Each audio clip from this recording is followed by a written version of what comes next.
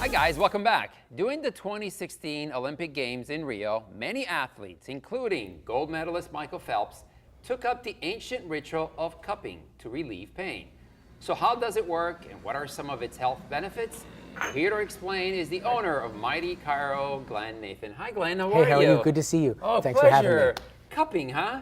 That's one of the things we use. So one of the things you use. So I understand you have some methods Yes. that you use in your practice. So tell us a little Yes. bit about that versus the traditional, I guess, methods. Well, when a patient sees us, there's usually several things going on.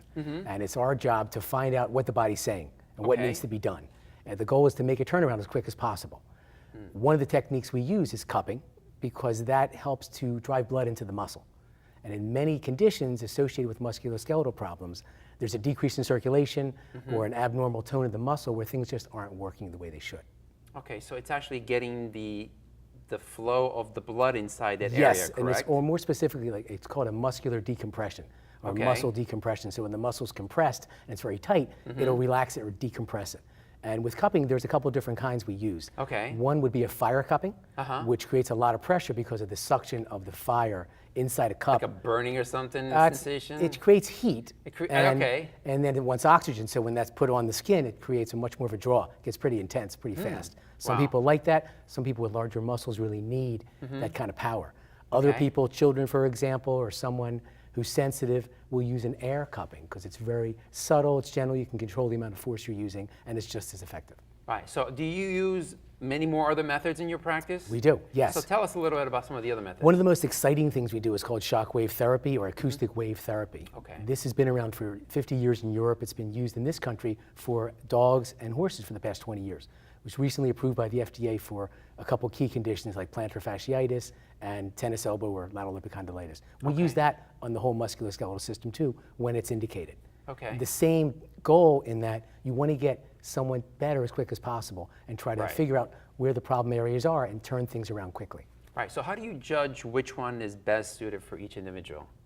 That's a great question. People are complex, yet they're very simple. So depending on what the key area is, Right. the ankle is connected to the hip and elbow, and so everything's connected. There's a song, right, to that? Yeah, I think so, somewhere. And everything's connected, and because of that, we want to see what's talking the loudest. The body actually talks, it'll tell you what's going on. And our job is to listen and figure that out, and then start with the key area. Where's that switch? Where's the lever that's going to unlock things and get this person to feel better, but more importantly, get their body working better so they're optimized? Okay, so how long does it take for an individual, whichever method is embedded in them or that they use, when they start feeling better? How long does that usually take? Oh, it's quick. We'll get a quick turnaround and they'll feel better. As far as long term, depending on how long they've been suffering, Okay. other lifestyle issues, diet, nutrition, Right. et cetera. These are all layers in there we try to talk about and will help if necessary. So do you have a lot of patients that are with you a long time? It's long and short, vary, whatever they need. we Whatever do. they need, right? Whatever, everybody's different. Some people, it's a short-term quick fix, which is great. Okay. And some people are very active and operate at such a high level that they may come in once a month or something totally different Right. 10 times a year, which Right. is fine. Yeah, that's right. The that's body's right. a machine. You That's have to right. maintain it. That's absolutely right. And if you don't maintain it, it'll break down. Right, and I use the chiropractor myself. Oh, nice. And the first thing they do is balance my body to make sure that it's proportionally Oh, cool. balanced. I mean, I don't know if that's the same technique to use, but what do you find your best methods are for your patients? The best method is what's going to work best for the patient at that moment. The body's dynamic, it's always different, and I think in being open-minded and professional chiropractor, that you'll figure out, the body will let you know what has to be done. It's being open. The problem, and what makes us different, is it's not a mechanized approach where it's the same thing on every person. Right, you can't apply it to every. Everybody's a different deal. It's That's a right. whole different thing. Absolutely. And depending on where they are at that time, men, women, children, whatever, that's where you have to do. It's what they want, what they need.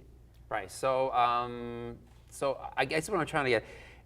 Normally, the chiropractic practice Yes. has always been. There's always been a lot of questions about it. Sure. But see, I go to my chiropractor twice every Yes. 2 weeks. I go twice, and I'm telling you, the benefits are unbelievable. So why is it so difficult for people to understand the benefits of going to a chiropractor? It's education and what people know. Is that it? There are a couple different schools in chiropractic, and some are fixed in certain areas. That's another discussion. But the bottom line is, when the body is working better, you're going to feel better, you're going to recover quicker, and you're going to reduce your chance of injury when you exert yourself and work out and do these things you love to do. Wow. And I personally see that this is going to just keep on taking off. So, I think so. all right? Yeah, I think so. Thank you so much for being here. Oh, it's awesome I really to be here. appreciate it. So good to see you. All right, good. Okay, guys, still to come. Corporate burnout, what is it? And how can we avoid it?